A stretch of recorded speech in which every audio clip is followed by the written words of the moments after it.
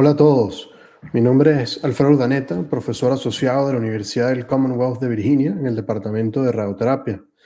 Quisiera agradecer a la Junta Directiva de la Sociedad Venezolana de Radioterapia por invitarme a participar como ponente en las primeras jornadas sobre radioterapia estereotáctica extracranial. Hoy les estaré hablando sobre el uso de la radioterapia estereotáctica en el cáncer de próstata localizado.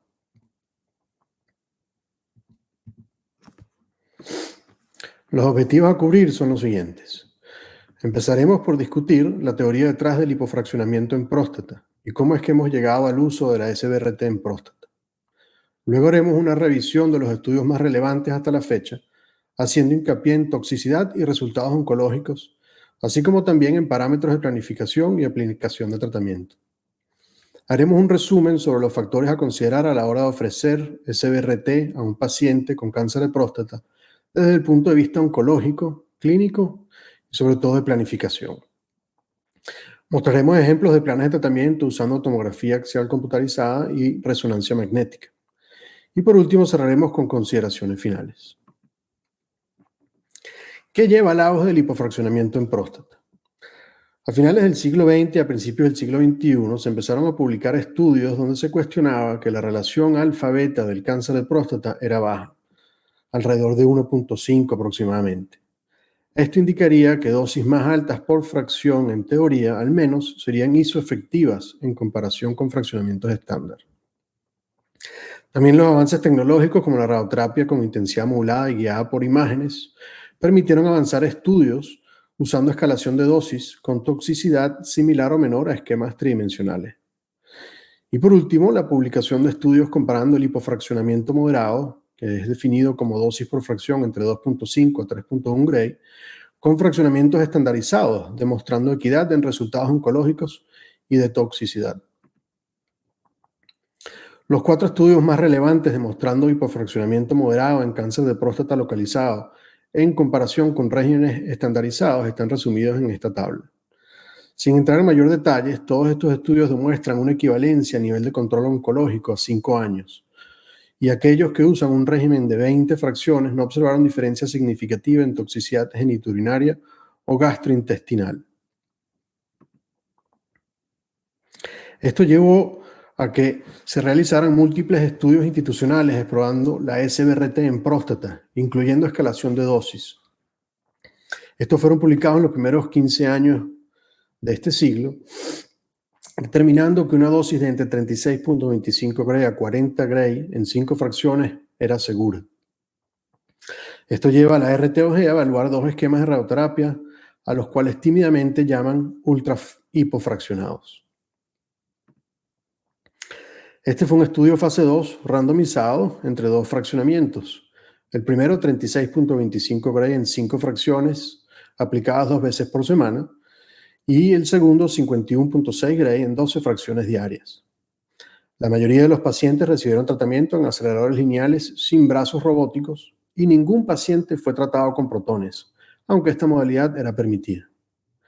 El objetivo principal de este estudio era evaluar la toxicidad experimentada por los pacientes desde su punto de vista.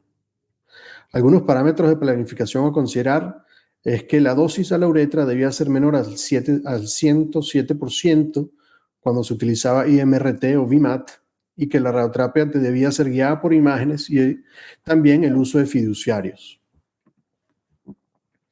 La población de los pacientes en cada grupo estuvo bien equiparada con respecto al estadiaje y a la edad, y la mayoría de los pacientes recibieron tratamiento con IMRT y VMAT. La toxicidad en relación a la molestia gastrointestinal o genitourinaria estuvo equiparada entre ambos fraccionamientos sin diferencia significativa, así como también la satisfacción sexual de los pacientes. No hubo diferencia en sobrevida libre de enfermedad entre los grupos. Y antes que los urólogos nos digan que estos resultados son devastadores para este grupo de riesgo, la sobrevida libre de enfermedad incluyó mortalidad por cualquier causa. La tasa de recurrencia bioquímica fue del 5 y del 4% para el grupo de 5 y 12 fracciones respectivamente. Uno de los pioneros en la SBRT de próstata es el Dr. King. el cual utilizó acelerador lineal con brazo robótico, publicando su experiencia en el 2011 en poco más de 60 pacientes. 2 años después publica este análisis combinado de múltiples estudios fase 2 publicados hasta la fecha en el 2013. En este análisis 1.100 pacientes fueron incluidos, todos tratados con CyberKnife con fiduciarios. El CTB incluía la próstata solamente con 5 milímetros de PTB isométricos, excepto posterior de 3 milímetros.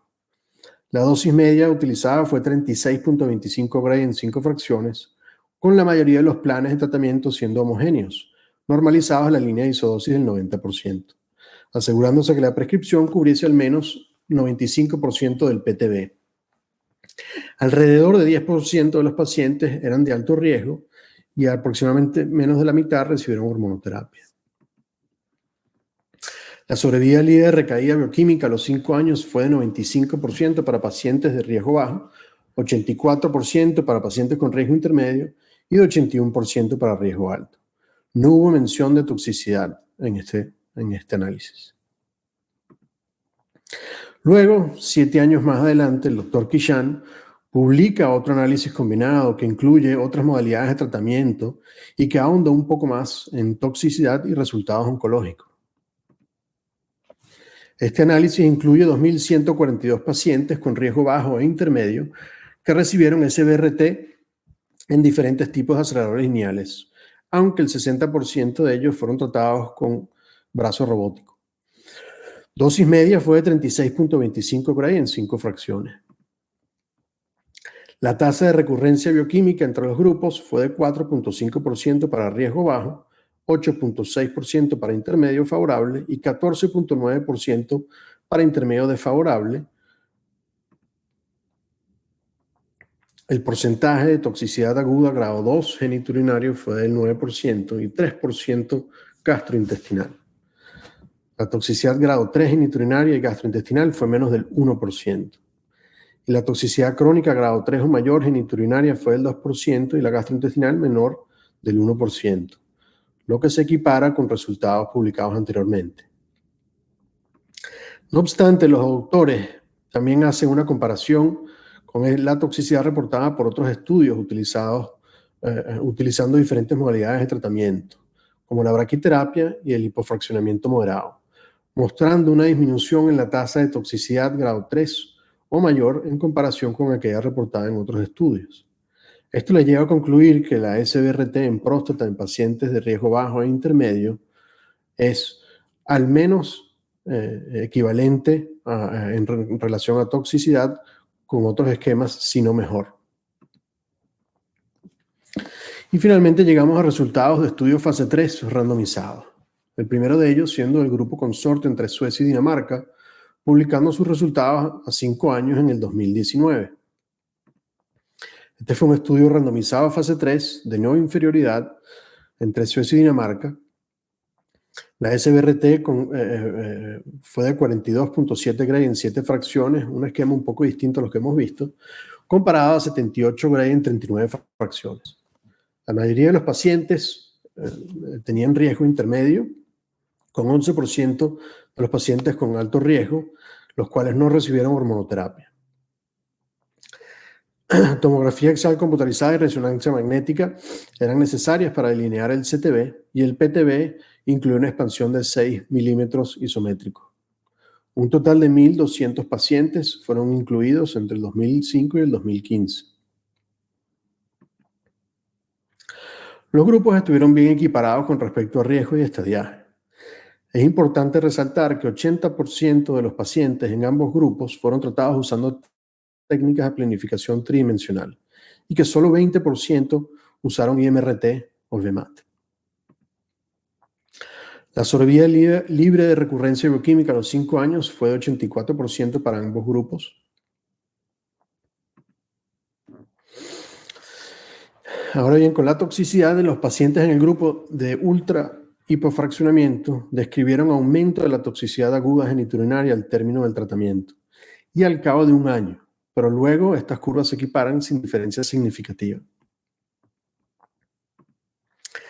También hubo aumento de la toxicidad gastrointestinal al término del curso de radioterapia, desfavoreciendo el brazo de ultra hipofraccionamiento en comparación con el estándar, aunque luego estas curvas, como vemos, se equiparan.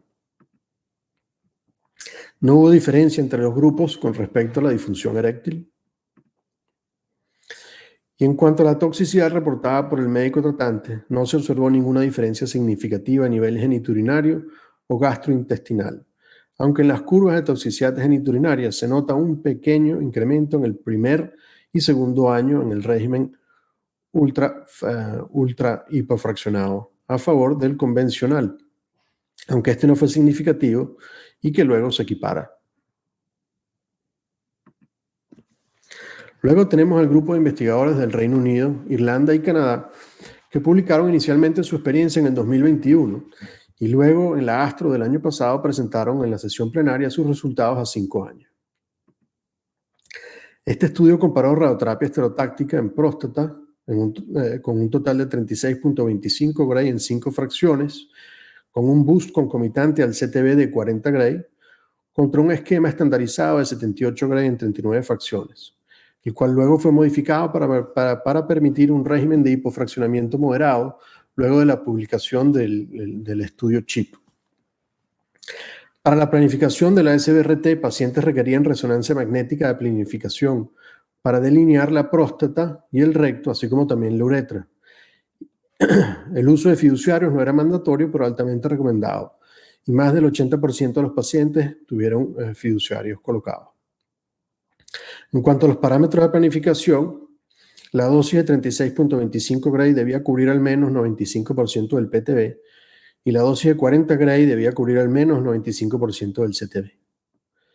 La dosis a uretra no fue reportada. 60% de los pacientes fueron tratados usando arcos volumétricos modulados y 40% con acelerador lineal con brazo robótico. Un total de 874 pacientes fueron incluidos. La sobrevida libre de recurrencia bioquímica fue igual para ambos grupos, demostrando la no inferioridad de la SBRT en comparación a tratamientos más prolongados a 5 años.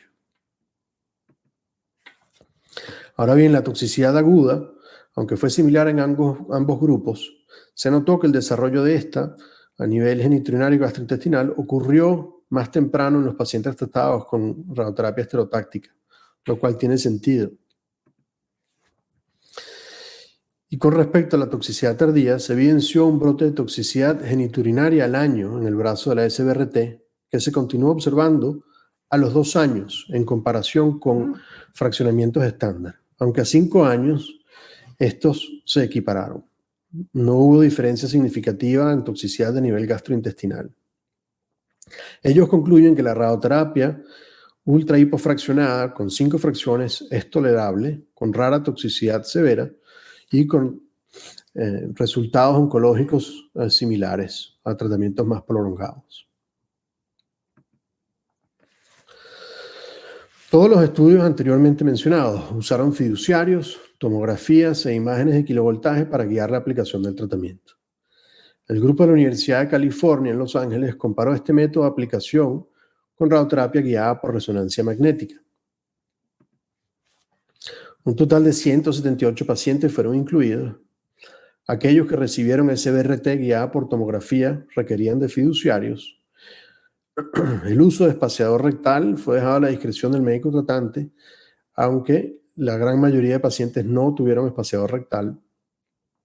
El CTB incluyó la próstata y el centímetro proximal de las vesículas seminales para todos los pacientes, y el PTB en los pacientes guiados por tomografía incluyó una expansión de 4 milímetros isométricos, y para los guiados por resonancia magnética fue de 2 milímetros isométricos.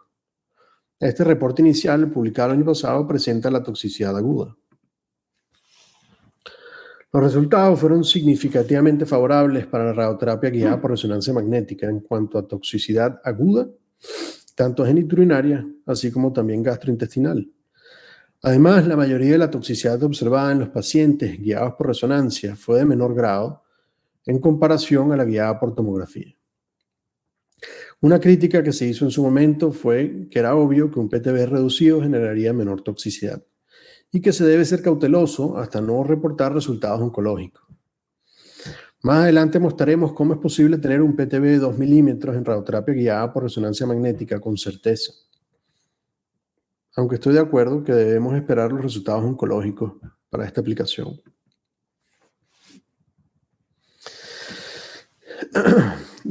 Ahora bien, quisiera hacer una mención a un estudio que fue publicado hace un par de meses del mismo grupo del Reino Unido, y un estudio que yo creía jamás ver publicado, que es la comparación de la SBRT en próstata versus la prostatectomía radical en pacientes de riesgo intermedio.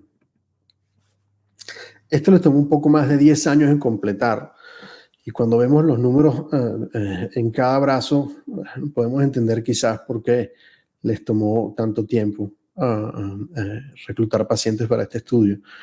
Pero ellos lograron tener grupos bien balanceados con respecto a estadiaje y grupo de riesgo. Y nos presentan a continuación la toxicidad descrita por los pacientes. Primero evalúan el uso de toallas para incontinencia urinaria, el cual fue abrumadoramente mayor en los pacientes sometidos a cirugía a lo largo de los primeros 2 años. Luego nos presentan los resultados de las encuestas realizadas a pacientes. En esta encuesta, un resultado de 100 significa estar muy satisfecho con los resultados y un resultado de 0 significa estar muy descontento con los resultados. El cuadro a la izquierda representa incontinencia urinaria, siendo peor en cirugía. A la derecha vemos la satisfacción con respecto a síntomas de obstrucción urinaria, siendo ligeramente peor para los pacientes que se sometieron a radioterapia estereotáctica. Adicionalmente, el puntaje para toxicidad gastrointestinal fue ligeramente peor para pacientes sometidos a radioterapia estereotáctica. Y finalmente, el puntaje en cuanto a la satisfacción sexual, que es abrumadoramente mejor para los pacientes sometidos a radioterapia. Estos son resultados importantes que se deben discutir con los pacientes antes que se sometan a tratamiento definitivo, puesto que la toxicidad entre cirugía y radioterapia son completamente distintos. Ahora bien, ¿existe evidencia para el uso de la SBRT en cáncer de próstata de alto riesgo? Inicialmente, un grupo de investigadores en Canadá intentó realizar un estudio fase 1-2 con hormonoterapia y SBRT a ganglios y próstata y vesículas seminales, con una dosis de 25 Gray a ganglios y de 40 Gray a próstata y vesículas seminales, utilizando un esquema de fraccionamiento semanal. El estudio debió cerrar temprano debido a toxicidad inaceptable tanto genitourinaria como gastrointestinal tardía. Sin embargo, el grupo de investigadores de la Universidad de Wisconsin hizo exactamente el mismo estudio, publicado un año más tarde, pero hicieron unas modificaciones un poco importantes. La primera y más importante fue la mayor rigurosidad en las dosis límites a los órganos en riesgo. Ellos presentan una tabla comparativa en cuanto a la limitación de dosis en su estudio y el estudio mencionado anteriormente.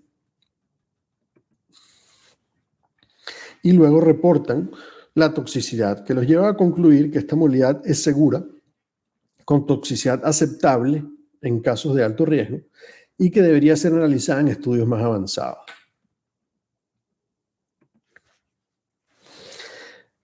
¿Qué podemos esperar en los próximos años con respecto a la SBRT en próstata?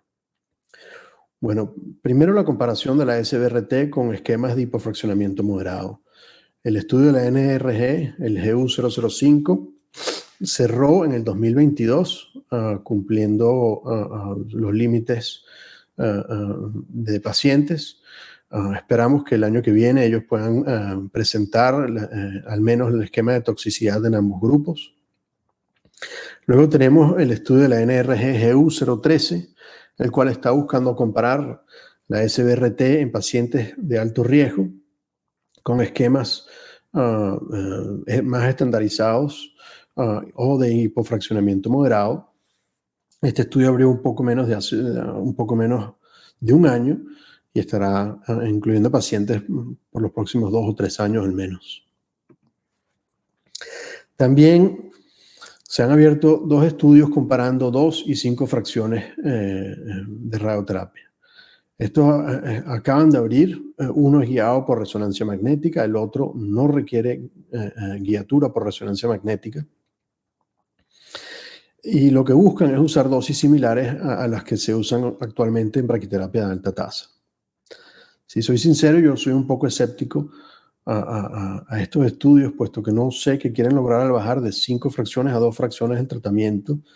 Y temo que puedan lastimar a pacientes sin necesidad, pero tendremos que esperar los resultados.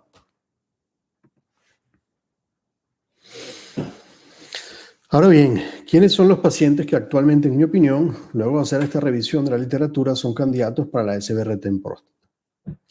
Yo creo que se debe analizar desde 3 puntos de vista. Primero, el punto de vista oncológico. Pacientes de riesgo bajo e intermedio, sin lugar a duda, puesto que no hay resultados definitivos en alto riesgo. Son los únicos pacientes que yo consideraría para SBRT en próstata. Con respecto a las consideraciones clínicas, uno de los factores más importantes, si no el más importante, es la edad del paciente. Todos los estudios que hemos visto hasta ahora han hecho seguimiento hasta 5 años. Yo sería un poco más cauteloso en pacientes jóvenes hasta el no tener al menos resultados a 10 años. También debemos considerar el tamaño de la próstata, así como también el puntaje de síntomas obstructivos. Pacientes con volumen prostático mayor a 60 cc o con un puntaje de síntomas obstructivos mayor a 16, yo tendría más cuidado, puesto que el riesgo de obstrucción urinaria completa puede ser mayor. Esto no se ha presentado en los estudios y hay evidencia retrospectiva de que esto puede ser posible. Entonces yo sería cauteloso con eso. Y por supuesto, pacientes que tengan contraindicación para radioterapia, como enfermedad de Crohn o síndrome de intestino irritable o colitis ulcerativa. En estos pacientes, yo prefiero que se sometan a cirugía, y si no pueden o no son candidatos a cirugía, yo consideraría esquemas de fraccionamiento más prolongados y considerar el uso de espaciadores rectales para disminuir la dosis al recto. Y también una cosa que no hemos visto mucho o muy común es la historia de una resección transuretral de la próstata. Esto puede llevar a que sea difícil identificar la uretra. Como veremos un poco más adelante, la identificación de la uretra es importante para limitar la dosis a la misma, intentando evitar estenosis uretrales. Pero también muy importantes son las consideraciones del aspecto o en el aspecto de la planificación y aplicación de tratamiento. Yo creo que es inevitable y altamente recomendado fusionar una resonancia magnética con la tomografía de planificación para mejor visualización de la próstata, así como también de la uretra y del el espacio rectoprostático. Considero necesario el uso de fiduciarios, así como también dispositivos de inmovilización. A la hora de la planificación, utilizar al menos intensidad modulada, sino arcos volumétricos modulados. Y a la hora de la aplicación del tratamiento, el Conbeam CT preaplicación de cada tratamiento, al igual que imágenes de kilovoltaje entre cada arco o cada campo, para determinar la locación de la próstata, para asegurar el desplazamiento interfraccional de la próstata. Aquí les presento un ejemplo de un caso de SBRT en próstata guiada por tomografía axial computarizada. Al paciente se le colocaron 3 fiduciarios y no se le colocó espaciador rectal. Se le realiza una resonancia magnética de simulación y esta se fusionó con la tomografía para mejor identificación de la próstata, el uretra y el recto. El plan fue realizado con arcos modulados. Con Beam CT fue realizado previo a cada fracción aplicada. Esta fue interdiaria y se utilizaron imágenes ortogonales del sistema de BrainLab para la aplicación de cada fracción para asegurar la posición de la próstata entre cada arco. Aquí el histograma de dosis-volumen con dosis máximas y mínimas, mostrando la dosis a la uretra no es mayor a la dosis prescrita. Y luego un sistema que hemos implementado en nuestro departamento, donde presentamos la dosis obtenida con el plan en comparación a las dosis límites a órganos en riesgo. Nosotros hemos creado una tabla para cada órgano a riesgo y para cada patología, y cada plan de tratamiento se compara con el esquema de dosis límites que se aplicaba para cada patología. Usamos un sistema muy parecido a un semáforo, donde verde significa que se logró el objetivo, amarillo, donde la dosis entra dentro del rango aceptable, y rojo, donde no se cumplió el objetivo. Esto permite hacer una revisión un poco más certera visualmente un poco más rápida de un plan de tratamiento. Y luego un plan de CBRT con isodosis utilizando radioterapia guiada por resonancia magnética. Lo que quería resaltar en este caso es el video que les voy a presentar a continuación, donde se puede observar en tiempo real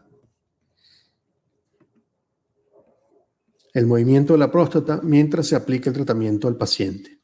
El contorno amarillo representa el objetivo de donde debe estar la próstata en todo momento, y el rojo representa la posición de la próstata en tiempo real.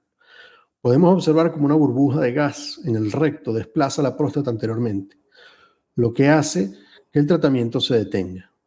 Una vez que el gas se disipa y la próstata vuelve a coincidir con el objetivo del tratamiento, el tratamiento comienza nuevamente. Este grado de certeza es lo que nos permite tener un PTB de 2 milímetros cuando se usa radioterapia guiada por imágenes. Aquí vemos en tiempo real la resonancia. Aquí vemos como el gas se disipa y la próstata vuelve a caer en el objetivo amarillo, empezando nuevamente el tratamiento. Consideraciones finales. La SBRT en próstata es segura en pacientes bien seleccionados, ofreciendo resultados oncológicos muy similares a otros regímenes más prolongados, al menos a 5 años. Esto es de importante valoración, sobre todo en pacientes que viven lejos de centros de radioterapia, y sobre todo en lugares o países donde la radioterapia no es comúnmente ofrecida. Esto puede permitir tener menor tiempo de máquina y poder tratar a una mayor cantidad de pacientes. La toxicidad genitourinaria parece ser levemente mayor durante el primer año post-tratamiento. Sin embargo, no existe diferencia a largo plazo. Pero más importante es que la toxicidad grado 3 o mayor es rara y es muy comparable a otros cursos de radioterapia. Se debe tener mucha consideración a la hora de seleccionar al paciente, no solo en cuanto a riesgo de enfermedad, pero también presentación clínica, y considerar las herramientas de planificación como el uso de fiduciarios y planificación con arcos modulados volumétricos y con BIM-CT. Por su atención, muchas gracias.